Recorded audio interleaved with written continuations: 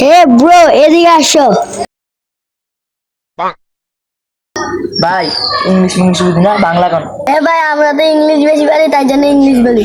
ভাই আমি তো ইংলিশ ইংলিশ বুঝি না। আমার একটা বড় ভাই আছে, বাংলা বাংলা ইংলিশ কয়, ডাক দিলে জানা নাই। যা, তুই যার ভালো চালিয়ে আয়। এই যে ভাই, তারা আমাদের ইংলিশ কয় ভাই, তারা।